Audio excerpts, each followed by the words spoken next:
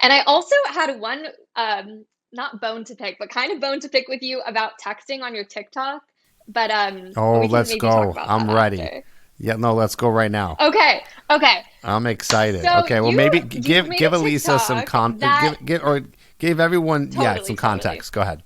Yeah, so Trip made a TikTok about how you should not text someone immediately after a date if you want to see them again, that you should wait like a day or two. Um, and the 3-day rule, and I like vehemently disagree with that. And I also tell my clients to, if they are interested, to be really proactive about setting up a second date. And I was curious why you feel like, why you advise against that, because I Well, just, first yeah. of all, I will say there's a great. I think that we have found the exception. I don't think that that would be some. Well, I don't really know exactly how the process works with matchmaking in terms of. I don't know if you're supposed to like follow up with your matchmaker first. Is that what you do? So like I go on a date with a girl and I'm like whatever, There's no however I rules. feel. There's no I mean, rules. I tell my, and sorry to interrupt you, I tell my Hmm. clients, if you enjoy the date, don't waste time. Like lock down the second date on the date. You can say like, I had a great time. I'm excited to see you again, and that's it. And that, when I talk about, talking Yeah, about date death is feedback, fast approaching. yeah, talking about date feedback so many times that there is that miscommunication. And why would you not position yourself for success if you have the opportunity to do so? So I 100% agree. I actually do encourage for guys to set up the next date on that date. So I think that is it's more efficient that way for Mm. sure.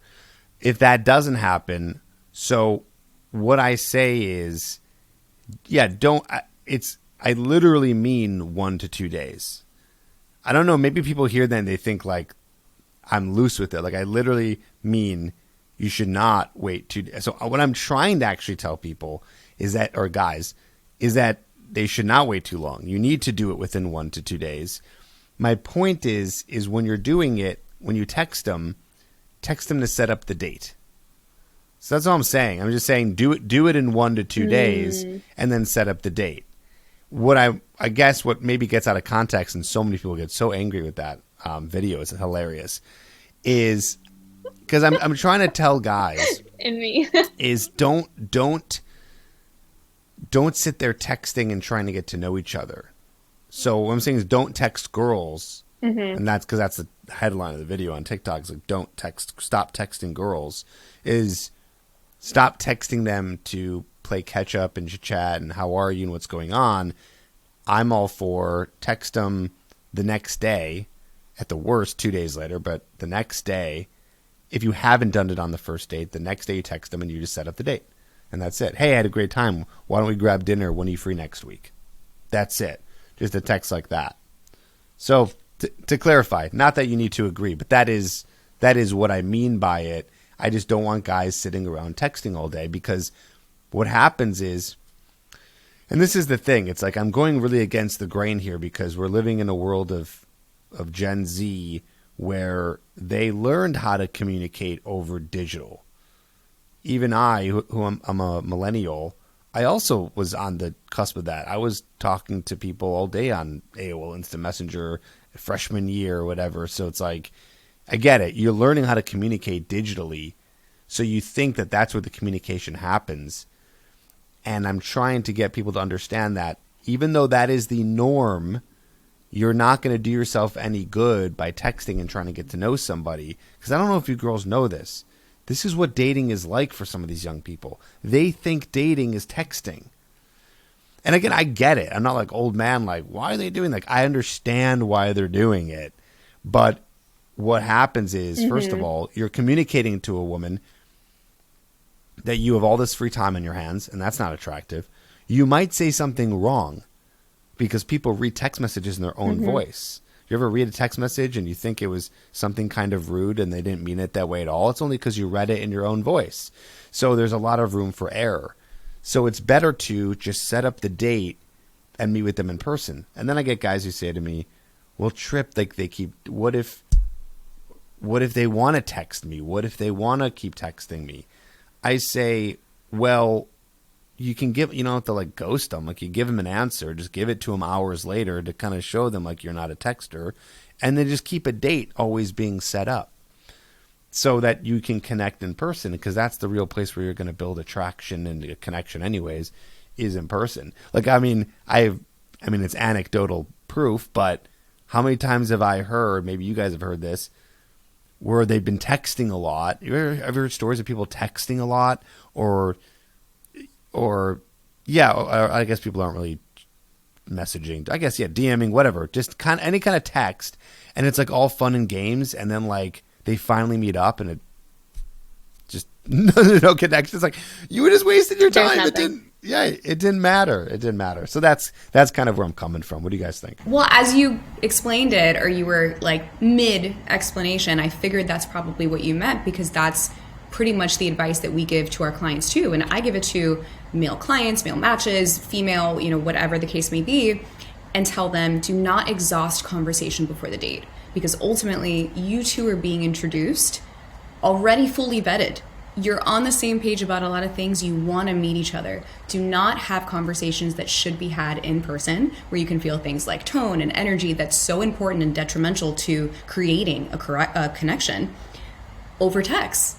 Because it's like, leave it for in person. And in between dates, first date, second date, third date, don't over text either, because you're doing the same thing. You're getting to know someone via text, when in reality, you want that human element. You want to be able to feel out someone's sense of humor, someone's energy. Those things are all super important. And ultimately, you're going to get to know them through text, and it's not going to be exciting. It's not going to be fun. So that's advice that we give to everyone. We're like, don't text too much in between dates. Mm-hmm. And I do get feedback sometimes from women that like, he's not texting me enough, or, we have these great dates, but I'm just not hearing from him in between.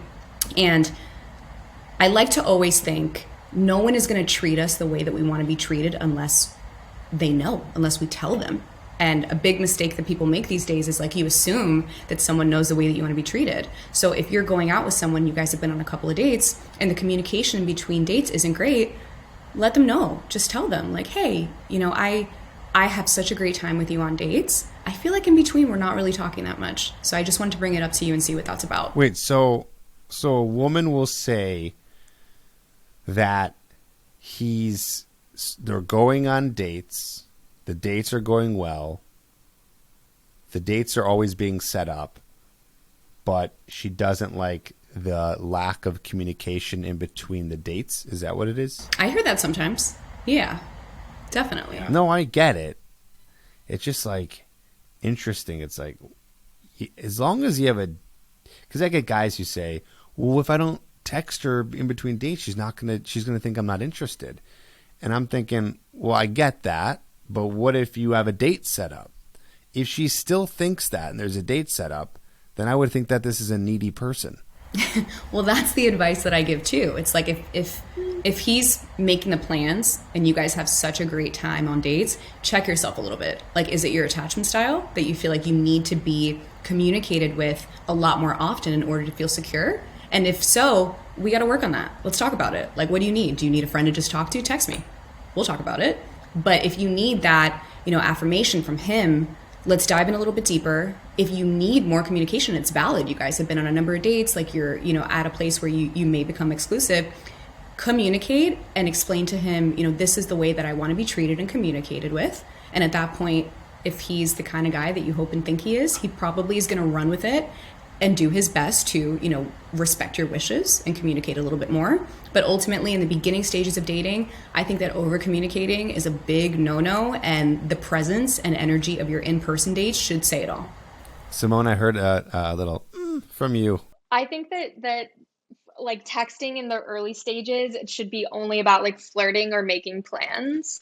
And there's definitely a fine line between like, you want to keep the line tight and you want to like build anticipation, but I think like very lightly communicating and only in sort of like a light way. It literally should just be like jokes or like something vaguely flirtatious and like fun. Other than that, it should not be like, how was your day? Anything like that. That's like a mood killer. You don't need to know that yet. It's not your boyfriend or your girlfriend. Like, get to know each other more. How was your day? You don't even know, like, you know nothing about her. You don't know what her house looks like. You don't know, like, give it more time. Like, even if she tells you, you're still not going to totally get it. So who cares? At that point, get to know each other a little bit more intimately, and then you can, continue to kind of build that honesty between your wants and your needs.